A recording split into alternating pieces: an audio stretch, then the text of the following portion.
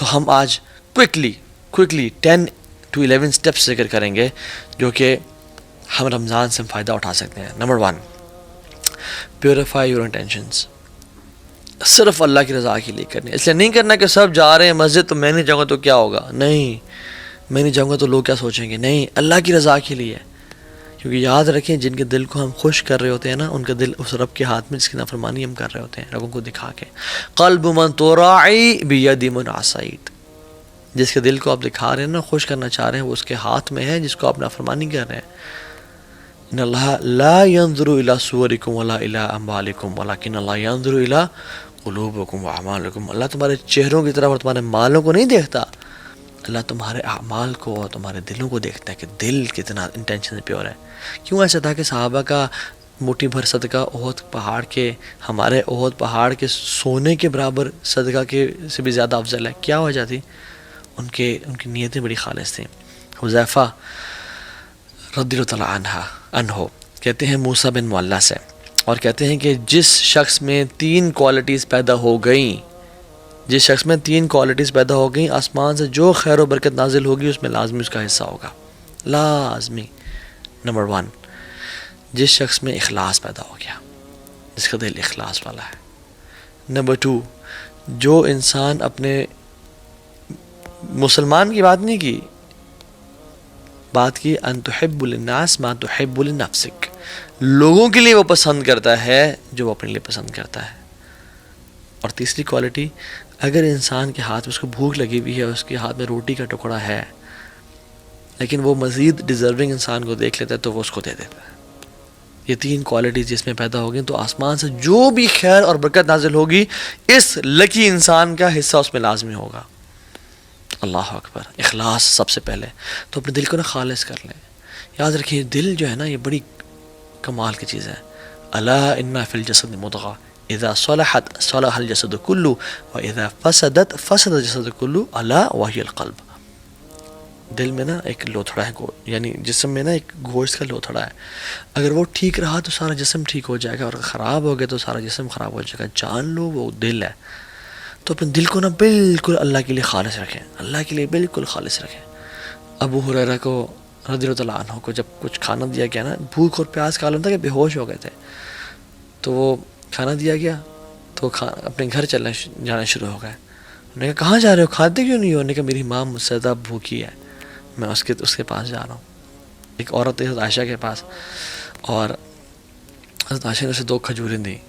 2 بیٹیوں کے ساتھ آئی، تو جب اس کو 2 کھجوریں ملی تو وہ بیٹیاں نا اسے کھینچنا شروع ہو گئی کپڑے کے، مجھے دیں.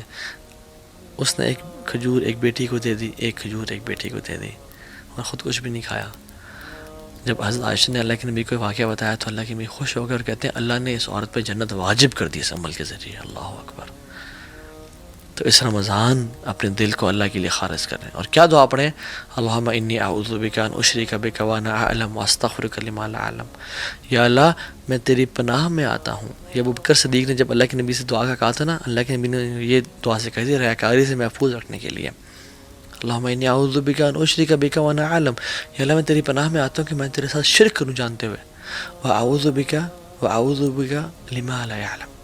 اور میں اعوذ بک ان اشرک وانا اعلم، اور میں پناہ میں آتا ہوں کہ میں نہ جانتے ہوئے تیرے سے شرک کروں.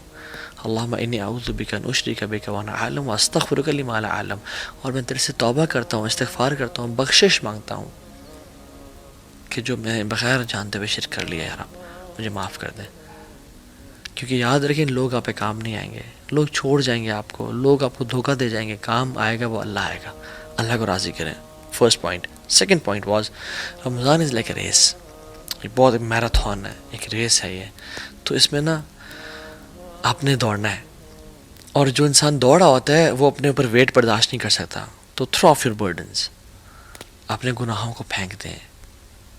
یاد رکھیں sins have chains and shackles.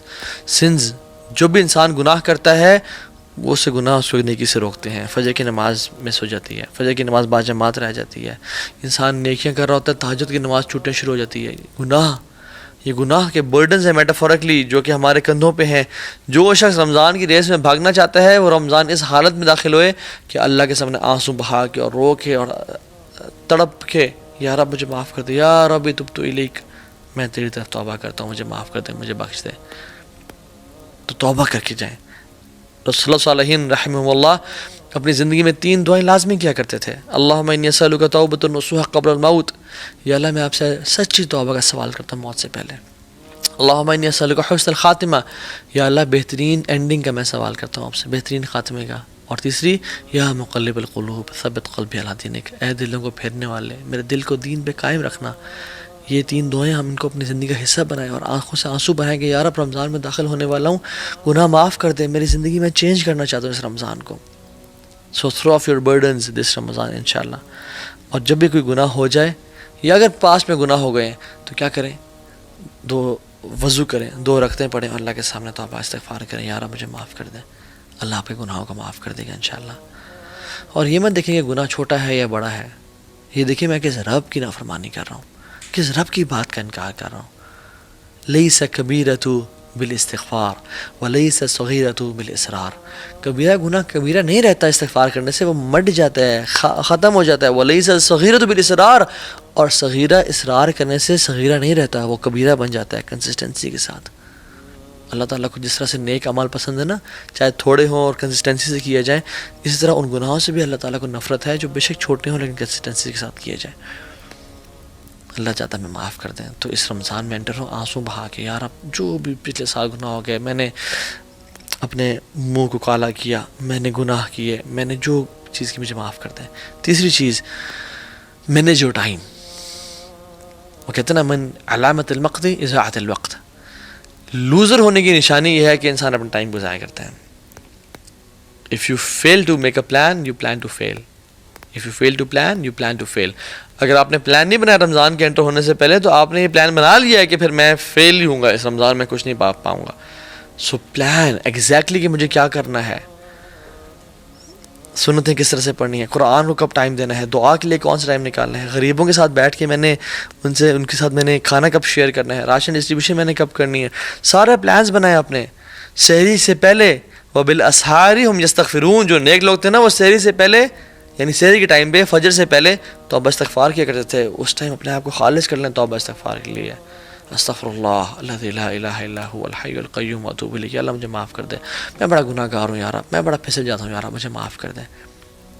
4th point, دل کو صاف کر لیں. عبداللہ بن عباس سے پوچھا گیا کہ آپ رمضان کو کیسے ویلکم کرتے تھے، صحابہ اور آپ لوگ کیسے ویلکم کرتے تھے؟ تو آپ نے کہا کہ ہم رمضان کو ویلکم اس طرح کرتے تھے کہ ہم اپنے دلوں کو صاف اور پاک کر لیتے ہیں، لا الہ الا اللہ.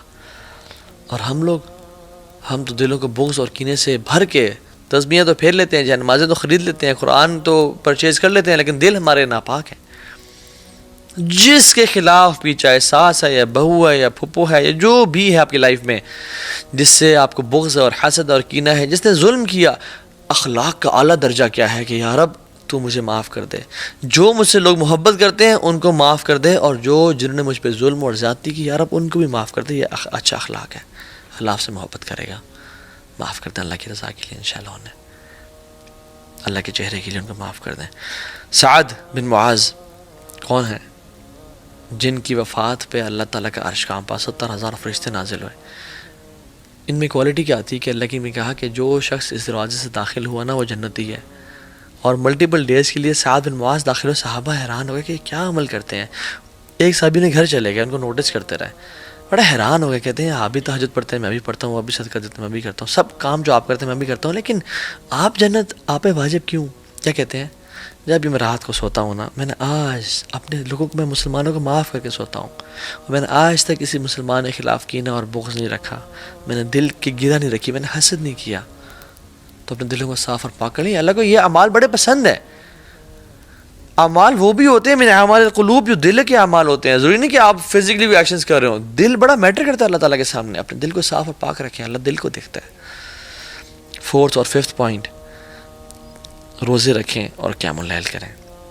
حدیث میں آتا ہے من صام رمضان ایمانا واحتسابا، جس سے رمضان کے روزے رکھیں ایمان کے ساتھ اور ہوپنگ ریوارڈ فرام اللہ سبحانہ وتعالیٰ، تو کیا ہوگا؟ غفر لہ ما تقدم من ذنبہ، تمام گناہوں سے معاف کر دیے جائیں گے.